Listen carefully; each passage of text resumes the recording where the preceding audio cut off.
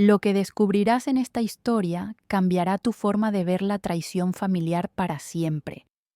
Quédate hasta el final porque lo que parecía un simple brindis en un lujoso hotel de Polanco esconde un veneno más oscuro de lo que imaginas.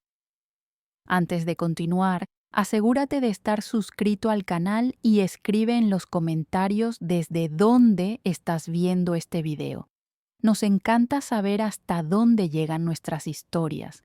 Después de vender mi empresa por 35 millones, organicé una fiesta de jubilación en un salón privado del hotel más exclusivo de Polanco. Justo antes del brindis, vi a mi nuera echar algo en mi copa de champaña. Cuando nadie miraba, la cambié en silencio por la de su madre, y a los pocos minutos ella empezó a retorcerse en el suelo de mármol frente a más de 30 invitados. Me alegra que estés bien aquí. Si estás viendo este video, por favor da like, suscríbete y dime desde dónde lo ves mientras comparto la historia de venganza de mi vida. Quiero saber hasta dónde ha llegado. La copa de champaña se resbaló de la mano de mi nuera en el mismo instante en que cayó al suelo. La madre de Camila, Teresa, se retorcía en el piso con espuma acumulándose en la comisura de sus labios, y lo único que pensé fue, bueno, eso no se suponía que le pasara a ella. He vivido 70 años y no sobreviví en el mundo despiadado de los negocios por ser ingenua. Cuando alguien intenta envenenarte en tu propia fiesta de retiro, lo notas, sobre todo si esa persona te ha estado mirando la cuenta bancaria como una hambrienta mira un banquete. 2 horas antes, el salón del hotel estaba lleno de risas y celebración. Recién había vendido mi firma de consultoría en 23 millones de pesos, nada mal, para un negocio que levanté desde cero tras la muerte de mi esposo hace 15 años. Esteban, mi hijo, había insistido en organizar la fiesta. Mamá, te mereces celebrarlo, me dijo con esos ojos cafés tan sinceros que parecían esforzarse de más. Deja que Camila se encargue de todo. Tú solo relájate y disfruta. Debí sospechar cuando Camila se ofreció a ser la anfitriona. La misma mujer que siempre se quejaba de meter los platos al lavavajillas, de repente se había convertido en Martha Stewart, acomodando flores y puliendo copas, como si le fuera la vida en ello, lo cual, al final, probablemente era cierto. La fiesta estaba impecable, unas 30 personas de mi vida profesional, algunos vecinos y familia. Camila hasta había contratado a un cantinero. Nada es demasiado bueno para ti, Isabela, me dijo emocionada, apretando mi brazo con esas uñas perfectamente arregladas que costaban más que la despensa semanal de cualquiera.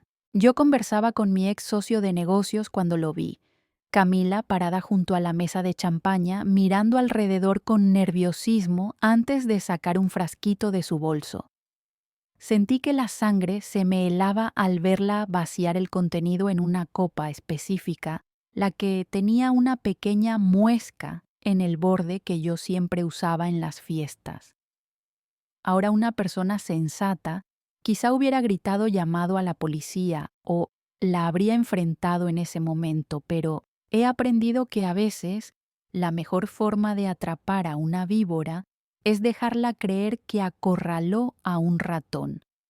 Así que sonreí. Asentí a lo que mi socio decía sobre tendencias del mercado y seguí observando. Camila tomó mi copa marcada y comenzó a caminar hacia mí con el rostro disfrazado de preocupación filial. Isabela, te ves cansada, dijo ofreciéndome la copa. Toma champaña, te lo ganaste. Recibí la copa. Le agradecí con cariño y esperé. Unos 10 minutos después, cuando ella estaba distraída presumiendo su nueva pulsera de tenis, a los vecinos discretamente intercambié las copas con su madre Teresa, que estaba cerca, algo perdida sin bebida en la mano. Teresa siempre había sido un poco despistada, pobrecita. Ella tomó el vaso más cercano, sin pensarlo, justo el que yo había dejado al lado de su bolso. En menos de 5 minutos ya estaba elogiando lo curioso del sabor del champán y preguntando si lo había encargado de algún lugar especial. Lo demás, como suele decirse, pasó demasiado rápido. Me arrodillé junto a Teresa mientras Camila gritaba que alguien llamara al 911. Su actuación de angustia y desesperación casi convincente. Casi. El problema de ser asesina es que el pánico real y el fingido se distinguen con facilidad cuando sabes qué detalles observar. ¿Qué pasó?, exigió Esteban, abriéndose paso entre el grupo que se había formado. Su rostro estaba pálido, pero alcancé a notar algo más en su expresión, una mirada fugaz hacia Camila que duró apenas un instante demasiado. No lo sé, sollozó Camila agarrándome del brazo. Simplemente se desplomó. Un minuto estaba bien y al siguiente... Señaló sin rumbo a su madre que ahora estaba inconsciente, pero aún respiraba. Gracias a Dios, los paramédicos llegaron en minutos. Mientras trabajaban con Teresa y la subían a una camilla, me descubrí analizando el rostro de mi hijo. 32 años de maternidad me habían enseñado a leer sus estados de ánimo como si fueran el clima. Y en ese momento lo veía como a un hombre observando cómo sus planes meticulosamente armados se derrumbaban en tiempo real. ¿A qué hospital la llevan?, pregunté al paramédico principal. Hospital Ángeles. Es familia amiga cercana, respondí mirando de reojo a Camila demasiado ocupada, hiperventilando para darse cuenta. Lo sigo en mi coche. Esteban se adelantó de inmediato. Mamá, no hace falta que hagas eso. Nosotros nos encargamos. Quédate aquí y recógelo de la fiesta. Qué atentos mantener a la posible testigo en el hotel mientras descifraban qué salió mal en su pequeño plan. Tonterías, contesté con firmeza. Teresa es casi de la familia. Voy con ella. Agarré mi bolso y las llaves antes de que alguien pudiera objetar. Ya en el hospital me aseguré de permanecer lo suficientemente cerca para escuchar las conversaciones del personal médico. El estado de Teresa quedó registrado como envenenamiento agudo causa desconocida. El doctor mencionó a la enfermera algo sobre alcaloides vegetales bastante específico como para sospechar que alguien había investigado bien sobre toxinas imposibles de rastrear. Camila iba de un lado a otro en la sala de espera, sus tacones de diseñador repiqueteando contra el piso del mármol, como un metrónomo marcando la ansiedad. Esteban permanecía rígido en una silla de plástico, su teléfono vibrando sin parar, con mensajes que parecía reacio a contestar. «Esto es horrible», repitió Camila por 5ª vez. «Pobre mamá, no entiendo cómo pasó esto». Le di una palmada en el hombro con compasión. «Estas cosas suelen ser un misterio, querida. Estoy segura de que los doctores descubrirán la causa». Luego añadí con aparente naturalidad. «¿Sabes qué suerte que no bebió mucho de ese champán? Apenas alcanzó a dar unos tragos antes de desplomarse». El paso de Camila vaciló apenas perceptiblemente. «¿Champán? ¿Crees que el champán provocó esto?» «Ah, estoy segura de que no es nada», contesté haciendo un gesto con la mano como quien quita importancia. Solo la mente de una anciana buscando conexiones donde no las hay, pero el rostro de Camila se tornó más pálido y sus manos temblaban un poco cuando tomó su taza de café. Esteban seguía nuestra charla con la atención de un halcón observando ratones. Lo que descubrirás en esta historia no es solo una traición, es la prueba de que incluso dentro de tu propia familia puede haber veneno escondido en una copa de cristal. Quédate hasta el final porque lo que parecía un simple brindis de jubilación en un hotel de Polanco acabó convirtiéndose en la jugada más peligrosa de mi vida. Antes de continuar, asegúrate de estar suscrito al canal y escribe en los comentarios desde dónde estás viendo este video. Nos encanta saber hasta dónde llegan nuestras historias. Después de 70 años de vida y 40 de batallas en el mundo de los negocios, yo, Isabela Montoya, creí haberlo visto todo. Vendí mi empresa en 35 millones de pesos y mis socios, mis antiguos clientes, mis vecinos y mi propia familia me acompañaban aquella noche en el Salón Dorado del Hotel Imperial de Polanco. Era mi fiesta de jubilación, el cierre de una vida de trabajo. Sin embargo, lo que no sabía era que esa noche no solo celebraría mi éxito, sino que también pondría a prueba mi instinto de supervivencia. La música sonaba suave, el cantinero llenaba copas de champaña y las luces cálidas hacían que todos parecieran felices. Entre tantos abrazos y felicitaciones, mi mirada se detuvo en Camila Rivas, mi nuera. Ella se movía inquieta como si llevara un secreto demasiado pesado en el bolso, y en ese instante lo vi el brillo metálico de un pequeño frasco que ella vertía con disimulo en mi copa, marcada la de siempre, la que tenía una muesca en el borde. El corazón me dio un vuelco, pero no lo dejé ver. La cautela se volvió mi respiración, la decisión mi espada invisible. A los 70 años no sobrevives siendo ingenua. Guardé silencio, sonreí a mis invitados y seguí la conversación con mi antiguo socio como si nada hubiera pasado. Aprendí hace mucho que a veces la mejor forma de atrapar a una víbora es dejarla creer que la presa no sospecha. Minutos después, Camila se acercó con fingida ternura. «Isabela, te ves cansada, toma esta copa, lo mereces». Acepté, agradecí y esperé. La oportunidad llegó cuando su madre, Teresa Rivas, buscaba algo de beber.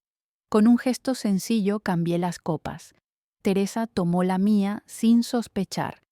5 minutos después se desplomó en el suelo del salón con espuma blanca en la boca. Camila gritaba desesperada. Esteban, mi hijo, corría hacia ella. La escena era un caos. La ambulancia no tardó, los paramédicos lograron estabilizarla y todos asumieron que fue un accidente. Pero yo sabía la verdad, esa copa estaba destinada a mí. Y justo cuando creía tener el control de la situación, apareció un detalle nuevo, inquietante, un sobre blanco en mi bolso que yo no había puesto allí. Al abrirlo, encontré una nota escrita con letras firmes: «No confíes en nadie. El champán no era el único plan». Se me heló la sangre. No solo Camila y Esteban tramaban algo, alguien más sabía y me estaba advirtiendo.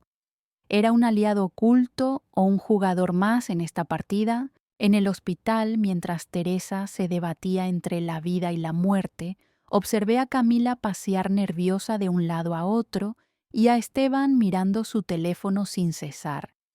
No me dejaban sola ni un minuto, pero lo que más me inquietaba no eran ellos. Era ese sobre misterioso. ¿Qué significaba? Había otro peligro esperándome. Una segunda trampa. Esa noche en mi habitación del hotel repasé cada gesto, cada palabra de los presentes en la fiesta. Me sentía como una reina de ajedrez rodeada de piezas enemigas. Mi instinto me decía que el juego apenas comenzaba. Y ahí estaba yo, cautelosa hasta el ahogo, cada respiración medida, cada decisión tan filosa como un cuchillo. Sabía que un paso en falso podía significar mi final, pero también sabía algo más. Yo había jugado demasiados años en un mundo de tiburones como para dejar que me devoraran en mi propia mesa. Ahora dime tú, ¿qué harías en mi lugar, Marca Cero, si habrías gritado y detenido la fiesta de inmediato? Marca 1, si habrías hecho como yo, esperar, observar y mover la ficha en silencio. Quiero leer tu respuesta en los comentarios. El hospital tenía ese olor mezcla de desinfectante y miedo un aroma que se queda impregnado en la piel. Yo, Isabela Montoya, permanecía en la sala de espera después del colapso de Teresa Rivas, que todavía seguía en observación. Camila fingía angustia caminando de un lado a otro, sus tacones resonando como un metrónomo que marcaba cada segundo de tensión. Esteban se mantenía rígido, clavado en la silla, mirando su teléfono con un gesto que no era solo de preocupación, sino de secreto. Yo no podía dejar de pensar en aquella nota anónima que había encontrado en mi bolso durante la fiesta. No confíes en nadie. El champán no era el único plan. ¿Quién la había escrito? ¿Un aliado? ¿Un enemigo jugando conmigo? Esa advertencia me mantenía alerta. La atmósfera era sofocante. Cada palabra de mi hijo sonaba ensayada, cada gesto de Camila era una representación. Era como estar rodeada de humo, sabiendo que en cualquier instante podía prenderse fuego. Me incliné hacia Esteban intentando medir la verdad en su mirada. ¿Cómo te sientes, hijo?, pregunté. Angustiado, mamá. Esto es horrible. Camila no deja de culparse y yo solo quiero que Teresa salga bien.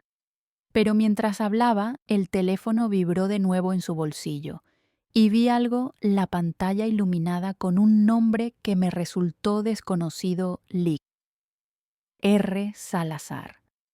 No dijo nada, solo apagó la llamada y bajó la mirada. Mi corazón dio un salto. Ese nombre resonó como campana en mi memoria: Salazar, el psiquiatra geriátrico famoso por declarar incompetentes a ancianos en disputas de herencia. La sospecha se volvió certeza amarga. Esteban y Camila no planeaban solo matarme con veneno, también tenían un plan alternativo, un plan legal para despojarme de todo, aunque yo sobreviviera. Las horas pasaban lentas. El doctor salió a decir que Teresa estaba estable, que debía quedarse en observación. Camila fingió llorar de alivio, apoyándose en el hombro de mi hijo. Yo me mantuve firme, escuchando cada palabra, grabando en mi mente cada detalle. Y entonces sucedió algo inesperado. Fui al baño para refrescarme el rostro. En el pasillo, al girar la esquina, escuché a Esteban hablando en voz baja por teléfono. Sí, doctor, todo está en marcha. Mi madre aún no firma, pero encontraremos la manera. Usted sabe lo que hay que escribir en el informe. Me quedé inmóvil, conteniendo la respiración. No se preocupe por el pago. Camila ya transfirió la primera parte. Solo necesitamos que quede claro que mi madre, que Isabela, está perdiendo el juicio. Las palabras me helaron. Mi propio hijo estaba comprando mi incapacidad mental como si fuera un simple trámite administrativo. Regresé a la sala como si nada, pero dentro de mí la desconfianza se había convertido en un muro. Sentía el aire denso, opresivo, cargado de traición. Era como vivir dentro de una de esas historias de Reddit, donde la familia se transforma en verdugo y uno se pregunta hasta dónde puede llegar la codicia. Camila, al verme de vuelta, se acercó con una taza de café. Isabela, deberías descansar. Anoche fue muy duro para todas nosotras. Su voz sonaba dulce, pero sus manos temblaban. Me la quedé mirando un instante demasiado largo y vi el miedo reflejado en sus ojos. Ella intuía que yo sospechaba. En ese momento recordé otra frase de la nota anónima. El champán no era el único plan. Ahora lo entendía, el veneno era solo una opción.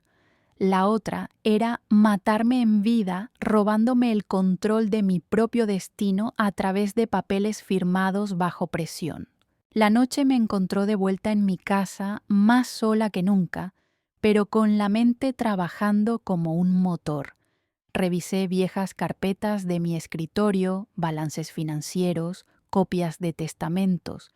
Todo me indicaba que Esteban y Camila no podían esperar más sus deudas, los estaban ahogando y yo era el salvavidas. El teléfono sonó. Era Camila, con voz cargada de falsa dulzura. Isabela, ¿quieres que mañana pasemos a verte? Podemos quedarnos contigo un tiempo así, no estarás sola después de lo de mamá. Su ofrecimiento era veneno disfrazado de cariño. Yo sabía que no querían cuidarme, querían vigilarme, tenerme bajo control. Colgué y permanecí en silencio largo rato. El aire se sentía pesado, cada sombra en la habitación parecía un enemigo. Así entendí que había entrado en un juego oscuro donde mi edad era mi vulnerabilidad y donde debía demostrar que 70 años no significaban debilidad.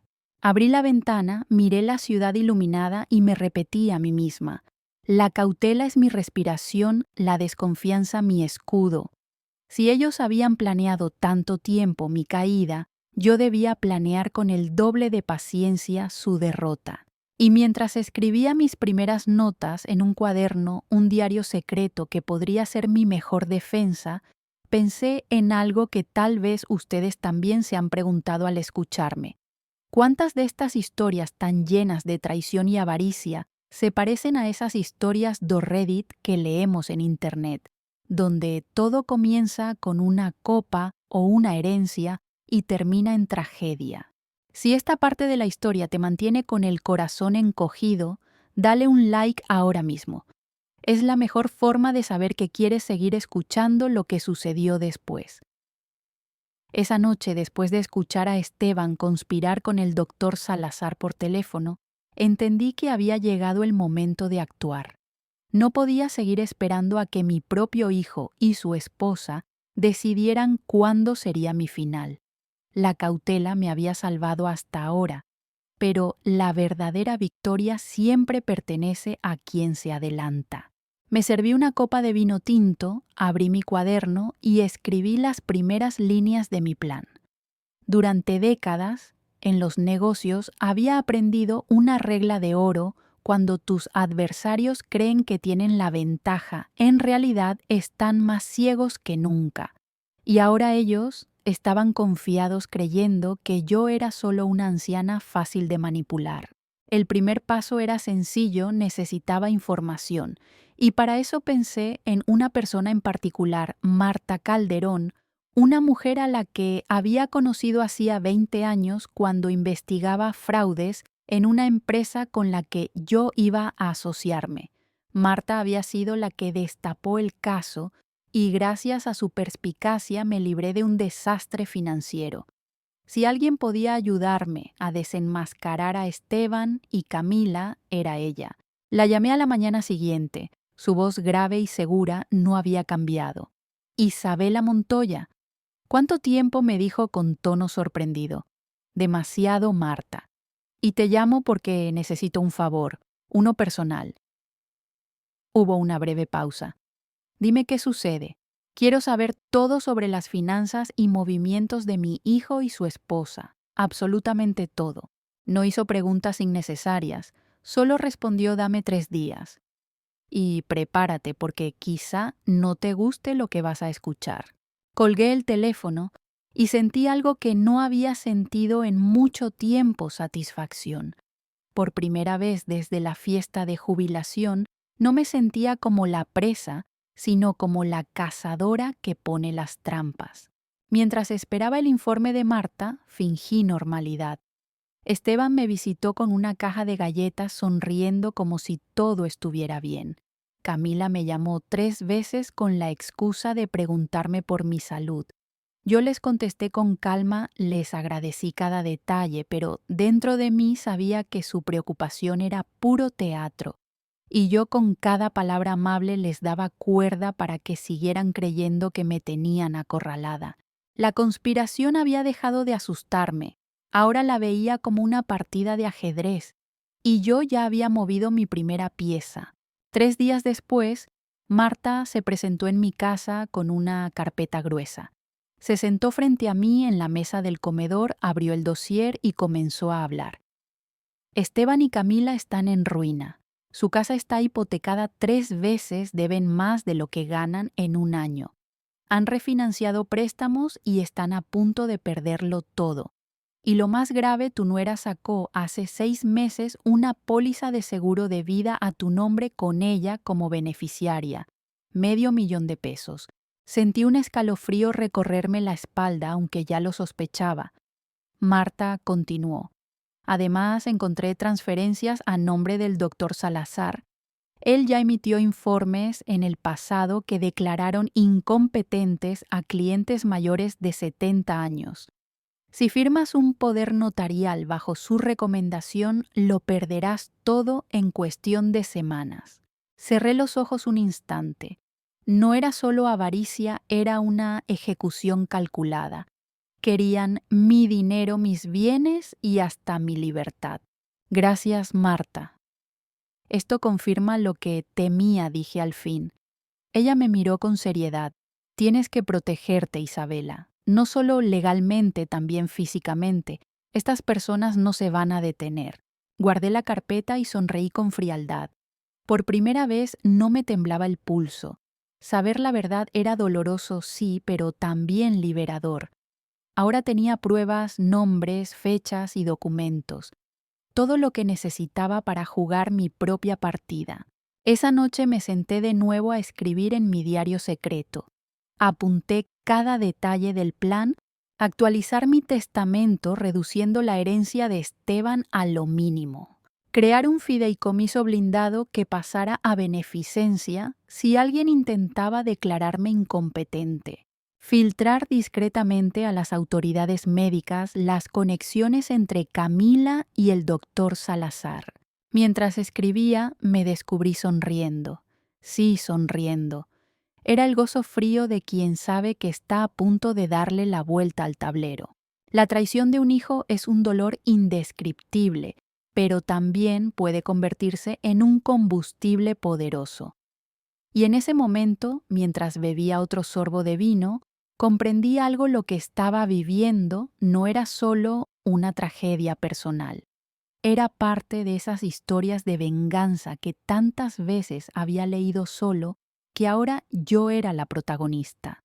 Irónico, tal vez, pero me juré a mí misma que la mía no terminaría con mi derrota, sino con la suya.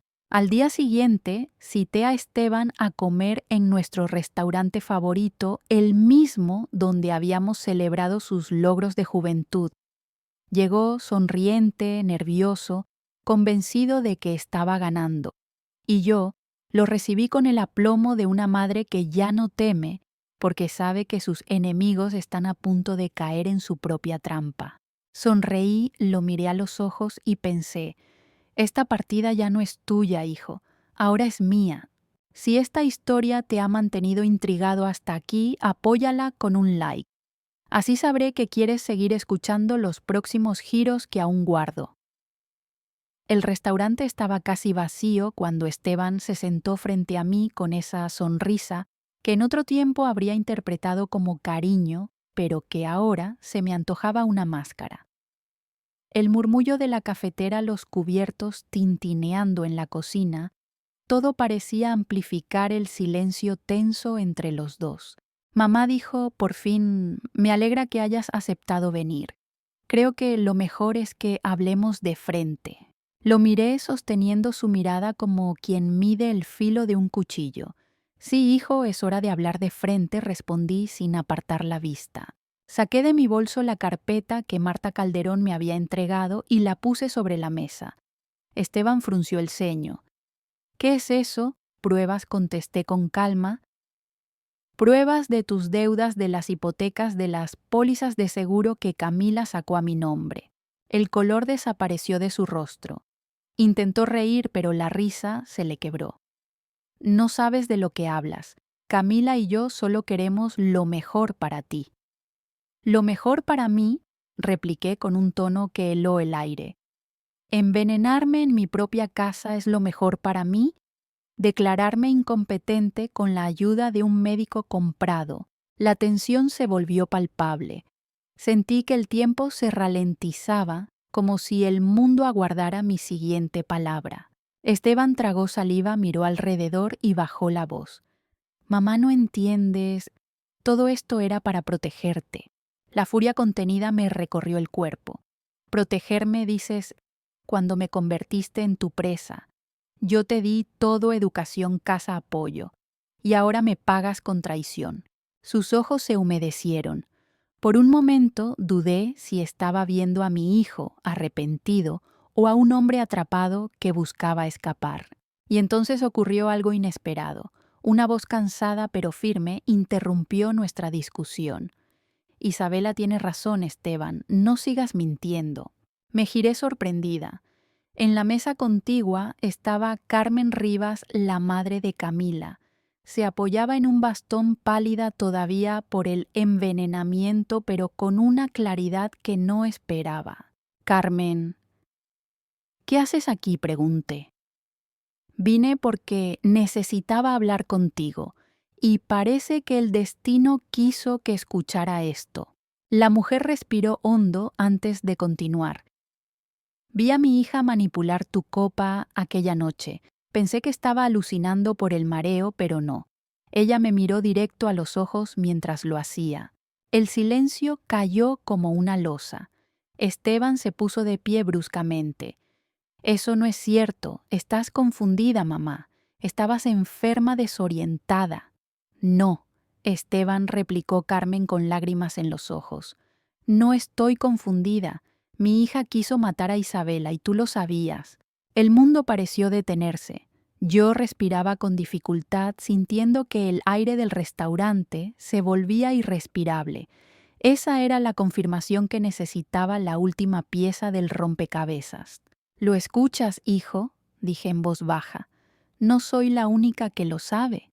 Esteban hundió el rostro entre sus manos. Por un momento creí que iba a derrumbarse por completo, pero en lugar de eso, murmuró algo que heló mi sangre. No entiendes, mamá.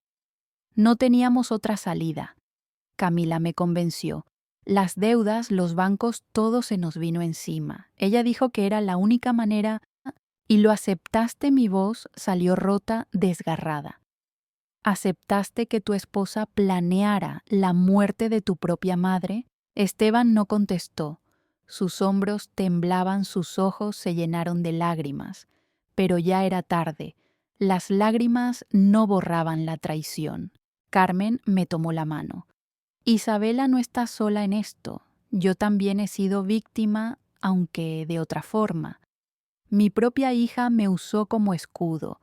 Lo que me pasó fue por tu prudencia al cambiar las copas. Yo casi muero, pero también desperté de la ceguera de madre.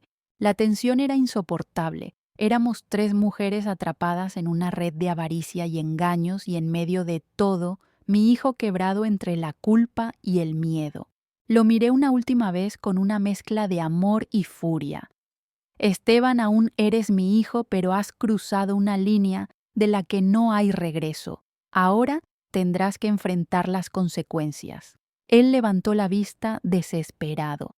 ¿Qué vas a hacer, mamá? Lo que siempre hago, hijo, sobrevivir. Me levanté de la mesa, recogí la carpeta y sin mirar atrás salí del restaurante con Carmen a mi lado. Cada paso era pesado, pero también liberador. Sabía que la confrontación acababa de empezar y que de aquí en adelante todo sería más peligroso. La traición de un hijo duele más que cualquier veneno, pero también otorga una fuerza que nunca imaginaste tener. Esa noche lo entendí, el verdadero campo de batalla ya no estaba en la copa de champán, sino en los corazones y en la justicia que debía buscar. Y ahora quiero preguntarles a ustedes que me acompañan en esta historia, si estuvieran en mi lugar, ¿serían capaces de perdonar a un hijo que intentó destruirlos o elegirían la justicia? Escribe 0 para perdonar o 1 para la justicia. Estoy deseando leer sus respuestas. La caminata desde el restaurante hasta mi casa fue silenciosa. Carmen y yo avanzábamos despacio, cada una perdida en sus propios pensamientos. Su testimonio había confirmado lo que ya sabía, pero escuchar a una madre admitir que su propia hija intentó matar a alguien era un golpe brutal. Al llegar a la puerta, Carmen me apretó la mano. Isabela, no tienes que enfrentarte a esto sola. Si quieres, puedo declarar lo que vi. Tu voz será vital, Carmen, porque tarde o temprano esto saldrá a la luz, respondí con firmeza. Lo que no imaginábamos era que la luz llegaría antes de lo esperado. 2 días después, Esteban insistió en organizar una reunión familiar en mi casa. Dijo que quería hablar en privado, arreglar malentendidos. Acepté, pero mi intuición me decía que algo más se movía bajo la superficie. Camila apareció impecable con un vestido azul que pretendía transmitir serenidad. Esteban, por su parte, se esforzaba por sonreír, aunque sus manos no dejaban de sudar. Carmen llegó también decidida a no callar más. Yo me senté en mi sillón favorito, esperando el momento adecuado para abrir la conversación. No tuve oportunidad. El timbre sonó y cuando abrí, me encontré con una sorpresa que cambió todo el rumbo. Señora Montoya, soy la detective Ana Guzmán. Necesitamos hacerle unas preguntas sobre lo ocurrido en su fiesta de jubilación. Los rostros de Esteban y Camila se desfiguraron al verla entrar. La detective, acompañada de un colega, desplegó una libreta y tomó asiento con autoridad.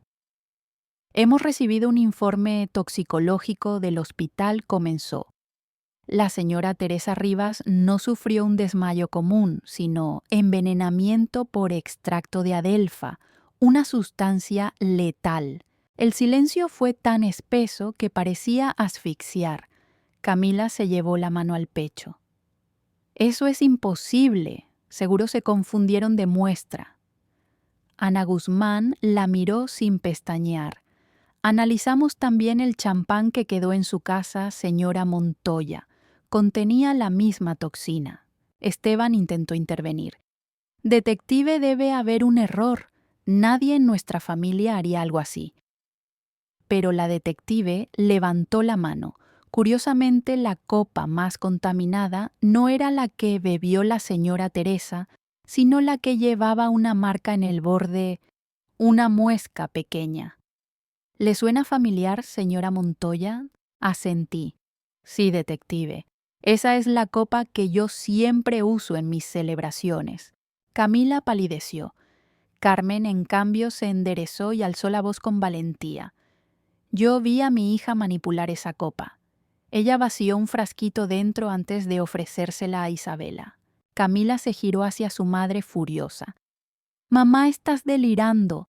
No puedes decir eso aquí. No deliro. Camila, respondió Carmen con lágrimas contenidas. Casi muero por tu veneno y no pienso callar más. La tensión estalló como un cristal rompiéndose.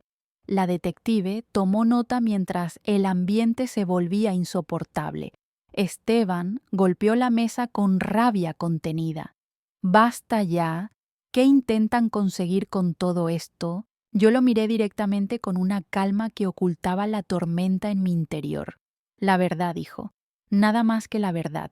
La detective se levantó y caminó alrededor de la sala. Señor Esteban, también encontramos registros de transferencias a un doctor llamado Salazar. Según nuestras investigaciones, es conocido por emitir informes de incapacidad a conveniencia. ¿Quiere explicarlo? Esteban guardó silencio, incapaz de responder. Camila lo miraba con ojos de fuego como culpándolo por no tener lista una coartada. Fue entonces cuando entendí el desenmascaramiento, no podía esperar más. Había llegado el instante de arriesgarlo todo y poner mis cartas sobre la mesa. Detective, yo misma vi a Camila manipular mi copa aquella noche y cambié los vasos a propósito. El veneno estaba destinado a mí. El murmullo entre los presentes fue ensordecedor. Camila perdió el control. Estás inventando, vieja mentirosa. Todo esto es un complot contra mí. La detective Guzmán no se inmutó. Señora Rivas está bajo investigación por intento de homicidio. Cualquier cosa que diga podrá ser usada en su contra. El corazón me latía con fuerza, pero sentí una especie de alivio. Había arriesgado mi seguridad al confesarlo todo frente a ellos y frente a la policía. Ya no había regreso. Esteban se desplomó en el sillón con la mirada perdida. Camila gritaba negando, maldiciendo. Carmen lloraba en silencio. Y yo, en medio de aquel caos, solo podía pensar en que por fin la verdad había salido a la superficie, aunque el costo fuera enorme. La detective pidió calma y anunció que se llevaría la declaración formal de todos los presentes. Aquello no era el final, sino el comienzo de un proceso largo y peligroso. Pero al menos, por primera vez, el secreto dejó de ser un peso que cargaba sola. Quiero preguntarte algo a ti que estás escuchando esta historia. ¿Crees que hice bien en arriesgarlo todo y revelar la verdad frente a ellos? Y la policía responde con 0 para sí o 1 para no. Tu opinión me importa mucho. La detective Guzmán salió de mi casa aquella noche con una carpeta llena de testimonios y pruebas. El eco de la confrontación todavía vibraba en las paredes, los gritos de Camila, el silencio quebrado de Esteban, las lágrimas de Carmen. Yo, en cambio, permanecía serena con una paz amarga que no sentía desde hacía meses. La verdad ya no era un secreto escondido en mi corazón. Estaba expuesta, escrita en actas policiales, respaldada por análisis toxicológicos y por la confesión involuntaria de quienes intentaron destruirme. Había arriesgado mi seguridad al hablar sí, pero en ese riesgo encontré libertad. Los días siguientes fueron una vorágine de declaraciones, abogados y visitas de la policía. Vi cómo la máscara de Camila se desmoronaba cada vez que intentaba justificarse. Vi a Esteban hundirse más y más en un silencio cargado de vergüenza, sin la fuerza de defender lo indefendible. Y vi a Carmen, una mujer herida, recomponerse poco a poco, alzando la voz por primera vez contra la manipulación de su propia hija. Una tarde mi abogado Alejandro Ramírez vino a visitarme con noticias. Isabela, el caso avanzará más rápido de lo que imaginábamos. La prueba del champán es contundente y el informe financiero que me entregó Marta Calderón es devastador para Esteban y Camila. Todo está claro, no podrán escapar de la justicia. Yo asentí en silencio. No había alegría en mis ojos ni deseos de venganza ciega, solo un profundo cansancio acompañado de la satisfacción de haber resistido. ¿Sabe qué es lo más importante, Alejandro?, dije al fin, que aprendí que no debo disculparme por sobrevivir. Él sonrió con respeto. Ese es el verdadero triunfo. La sentencia moral. Pasaron algunos meses hasta que llegó la sentencia. Camila fue condenada a 15 años de prisión por intento de homicidio. Esteban, en cambio, recibió 3 años por conspiración y fraude, gracias a que su abogado logró atenuar los cargos, alegando que no participó directamente en el envenenamiento. El día que escuché el veredicto, no sentí júbilo. No hubo aplausos ni un alivio inmediato. Lo que sentí fue un vacío inmenso, el reconocimiento de que mi propio hijo había estado dispuesto a sacrificarme por dinero. Eso es un dolor que ninguna sentencia puede borrar. Pero también comprendí algo fundamental: no era yo la que debía cargar con la culpa de lo que ellos hicieron. No era mi vejez, ni mi dinero, ni mi confianza mal puesta. Era su ambición y su codicia lo que los llevó al abismo, y esa diferencia era vital para seguir adelante. Un nuevo comienzo. Hoy, mientras les hablo, han pasado ya 3 meses desde aquella tormenta. El jardín de mi casa vuelve a florecer, cuidado por un jardinero que contraté para que se encargue de las rosas que mi esposo plantó hace 20 años. Cada pétalo nuevo me recuerda que la vida sigue incluso después de la traición más oscura. Carmen y yo nos vemos cada semana. 2 mujeres distintas unidas por un dolor común, Convertimos el café de los miércoles en un ritual de fortaleza. Ella me dice a menudo, Isabela, lo que nos hicieron pudo habernos destruido, pero aquí estamos más fuertes. Y yo le respondo, la verdadera victoria es esa, no permitir que nos roben la dignidad. Mi nieta Valeria me llama cada fin de semana. La primera vez que lo hizo, su voz estaba rota por las lágrimas. Abuela, no sabía lo que mis padres planeaban. Perdóname. Tú no tienes que pedir perdón, cariño, le dije. A veces los padres se equivocan, pero los hijos pueden elegir ser distintos. Hace poco me contó que fue aceptada en la universidad, derecho como yo siempre soñé. Y entonces entendí que mi lucha no solo había sido por mí, también era por ella, para enseñarle que la justicia, la dignidad y la valentía no se negocian. La lección de vida, quiero detenerme aquí porque sé que muchos de ustedes que me escuchan ahora tienen entre 40 y 70 años. Algunos han pasado por traiciones silenciosas, otros han sentido la soledad de que sus propios hijos los desprecien o los utilicen. Mi historia no es solo una de intriga y envenenamiento, es una lección de vida. Nunca somos demasiado viejos para defendernos, nunca es tarde para poner límites y nunca debemos aceptar que la familia sea excusa para la manipulación o el abuso. El dinero puede sacar lo peor de la gente, incluso de los más cercanos, pero la dignidad, la fortaleza y la claridad mental son el verdadero tesoro que nadie nos puede arrebatar. Si estás escuchando esto y has vivido algo parecido, quiero que recuerdes una cosa: no estás solo. Hablar, buscar ayuda y poner límites es la forma más poderosa de proteger lo que eres. El cierre del círculo. Hace unos días, la detective Guzmán vino a mi casa con el informe final. Señora Montoya, su testimonio y su valentía han sido clave. Muchas personas callan en su situación, usted eligió hablar. No fue valentía, detective, le respondí. Fue supervivencia. Y a veces la supervivencia requiere más coraje que cualquier otra cosa. Cuando me quedé sola, encendí una vela junto a la foto de mi esposo. Miré sus ojos en aquel retrato y le susurré, lo logramos, viejo. No pudieron con nosotras. Y ahora quiero cerrar esta historia hablando contigo, que has permanecido conmigo hasta el final. Gracias por escuchar, por acompañarme en este viaje de dolor, traición y también de esperanza. Historias como esta no se cuentan para alimentar el rencor, sino para que nunca olvidemos que la dignidad no tiene edad.